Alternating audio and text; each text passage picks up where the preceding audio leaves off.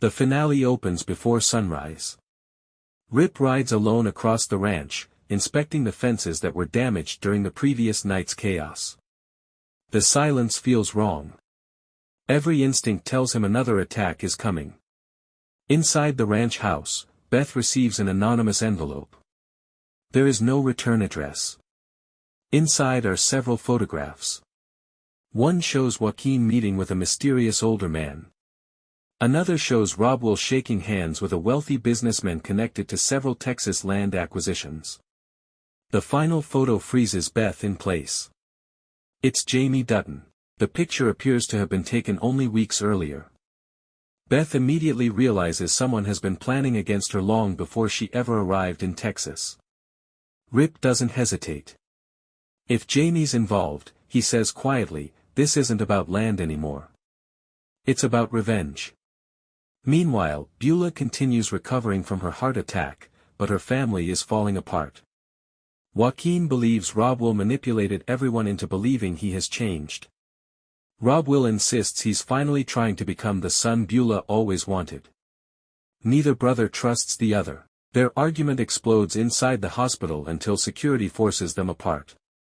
Outside, Everett McKinney privately warns Beth that someone powerful has entered Texas. Someone everyone simply calls El Padrino. Nobody knows his real name. Nobody has ever beaten him in court. Nobody has ever taken land away from him once he decides he wants it. He doesn't threaten people. He buys their friends. He destroys their finances. Then he finishes the job. Beth smiles. So finally, someone interesting. Back at the ranch, Carter struggles with his decision to leave. Although he tried convincing himself he needed distance, he can't stop thinking about Rip and Beth fighting alone.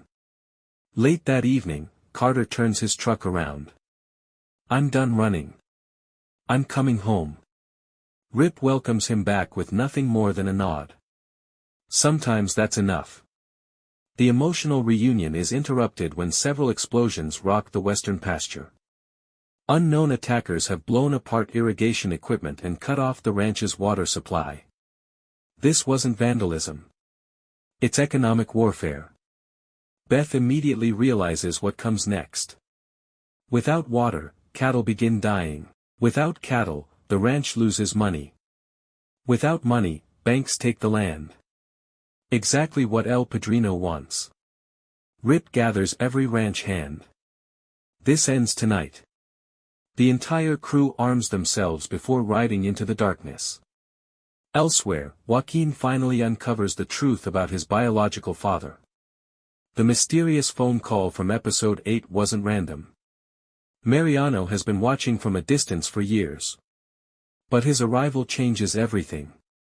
He reveals that decades earlier, Beulah stole more than just a ranch.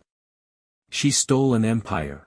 Mariano possesses documents proving ownership of thousands of acres stretching across Texas. He reveals that decades earlier, Beulah stole more than just a ranch. She stole an empire. Mariano possesses documents proving ownership of thousands of acres stretching across Texas. If they're legitimate, nearly everyone fighting over the land has built their future on stolen property. Beth immediately sees opportunity. If those papers are real, nobody owns anything anymore. As lawyers prepare emergency filings, Rob secretly meets El Padrino. Instead of asking for protection, he offers betrayal. In exchange for control of Beulah's ranch, he agrees to help destroy Beth and Rip forever. But El Padrino doesn't make deals. He makes examples. The meeting ends with a shocking twist. Rob discovers he has never been the buyer.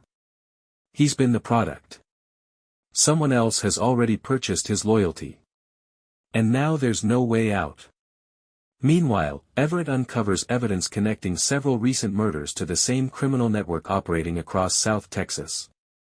Every conflict, every accident, every missing rancher, they all lead back to El Padrino. Rip decides waiting is no longer an option. Ignoring Beth's warnings, he rides straight toward the enemy's headquarters with only a handful of trusted cowboys.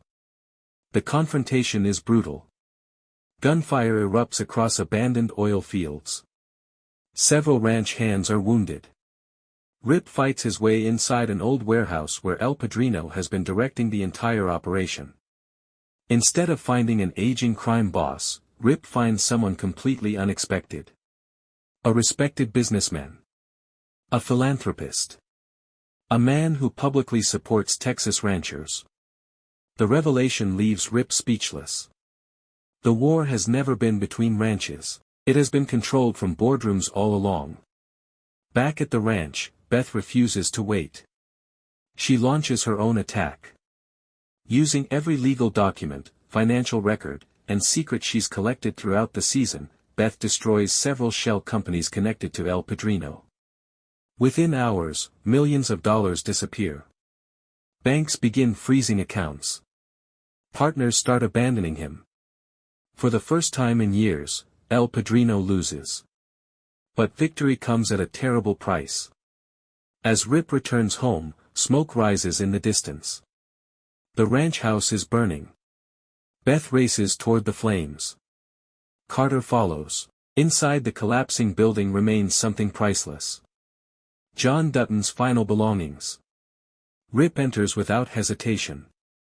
The structure begins collapsing around him. As dawn breaks over Texas, the fire is finally extinguished. The ranch still stands. Scarred. Broken. But standing. Beth and Rip watch the sunrise together. Beth quietly says, they thought they could erase the Dutton name. Rip answers, they just reminded everyone why nobody ever wins against us. The final scene delivers one last twist. Far away in another state, a mysterious woman receives a phone call. As the sun climbs higher over the blackened remains of the ranch house, the smell of smoke still hangs in the air. Ranch hands work tirelessly to salvage anything that survived the fire. Some recover saddles, family photographs, and branding irons, while others quietly bury livestock lost in the attack. Rip stands in silence, staring at the burned porch where so many family memories were made.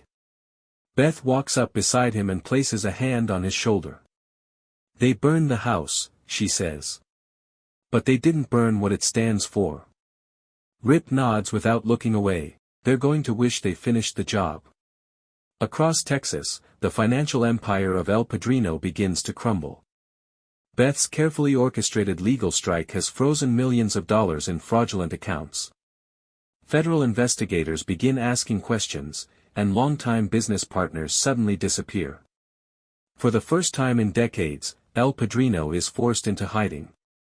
Inside an abandoned hacienda deep in South Texas, his closest advisors urge him to flee the country. He refuses.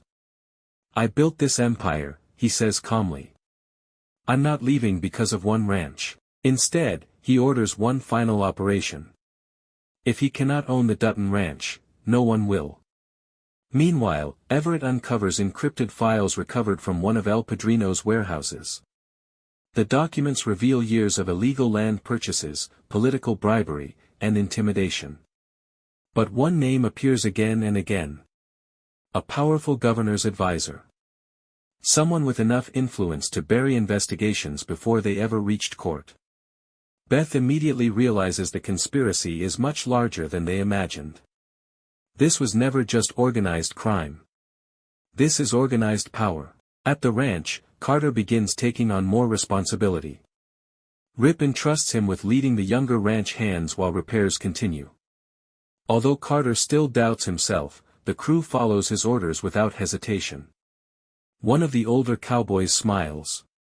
You've become exactly what Rip hoped. Carter simply replies, I still have a lot to learn. Elsewhere, Joaquin secretly meets Mariano, the man claiming to be his biological father. Mariano presents faded maps, handwritten deeds, and family journals dating back generations. If authentic, the documents could completely reshape ownership of thousands of acres across Texas. But Mariano offers Joaquin a difficult choice. You can inherit land. Or you can inherit peace. You can't have both. Joaquin leaves the meeting torn between revenge and reconciliation. Late that night, Beth receives another anonymous message. This time it contains only one sentence. Look beneath the old windmill. Rip and Beth ride out before dawn with flashlights and shovels.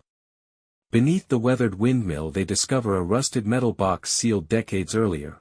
Inside are letters written by John Dutton before his death. One letter is addressed to Beth. Another to Rip. A third simply reads. Beth's hands tremble as she opens hers. John writes that land is never truly owned, it is only borrowed from the next generation. He reminds Beth that victory is not measured by how many enemies fall, but by how many people still have a home when the fighting ends. Rip quietly folds his letter and slips it into his jacket. He doesn't say what it contains.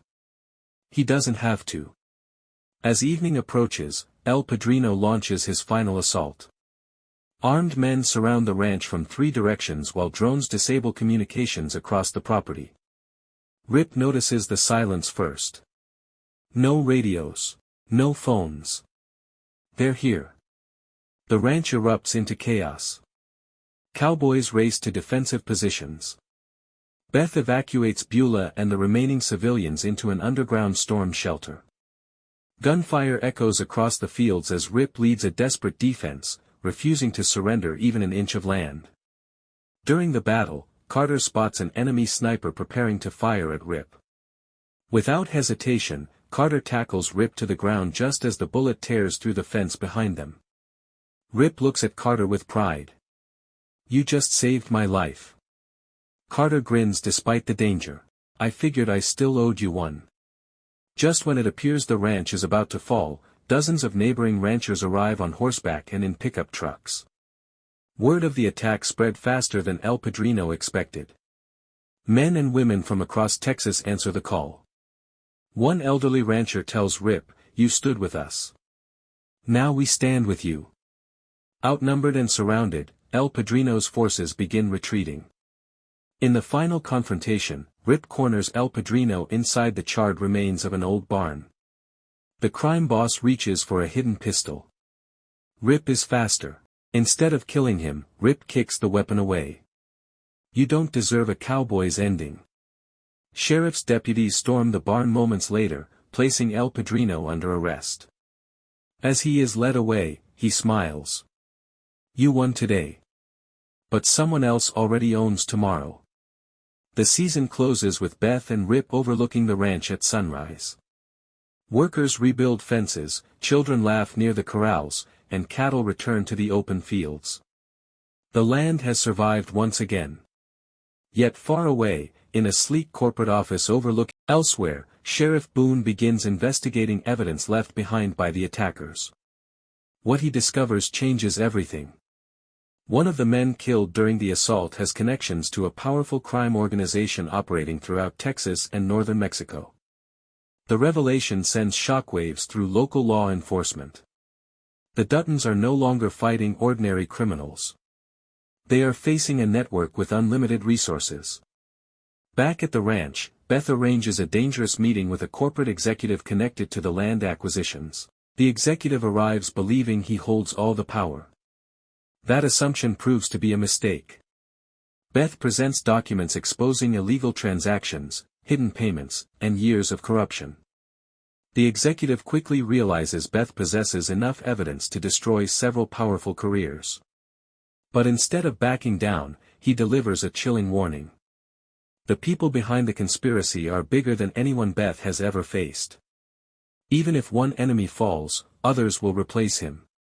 For a brief moment, Beth wonders whether he is telling the truth. That doubt disappears when she receives a phone call later that night. An unknown voice speaks only a few words. Leave Texas. Or lose everything. The call ends. Beth immediately knows the war is entering a new phase. As darkness falls, Rip gathers the ranch hands for a meeting. Everyone understands another attack is coming. The question is when. Rip refuses to wait. Using information obtained from Sheriff Boone, he identifies a remote compound believed to be used by the organization targeting the ranch. Against Beth's wishes, Rip assembles a small group of trusted men and rides out under cover of darkness. The sequence that follows becomes one of the most intense moments of the entire season. The team reaches the compound shortly after midnight. What they find confirms their worst fears. Weapons. Cash. Surveillance photos. Detailed maps of the ranch. Evidence of future attacks. The enemy has been planning this operation for months. Before Rip can gather additional proof, alarms suddenly activate. Lights flood the compound. Armed men emerge from every direction. Rip and his team are trapped. A violent firefight erupts across the property. Bullets tear through vehicles. Windows explode. Several ranch hands are separated from the group. For a terrifying moment, it appears no one will escape. Then Rip does something nobody expects. Instead of retreating, he charges directly toward the compound's command center. His goal is simple. Find the person responsible. End the war. Inside the building, Rip finally comes face to face with a mysterious figure who has remained hidden all season. The man claims the ranch was merely collateral damage in a much larger operation. He insists powerful investors from outside Texas are preparing to take control of vast areas of land across the region.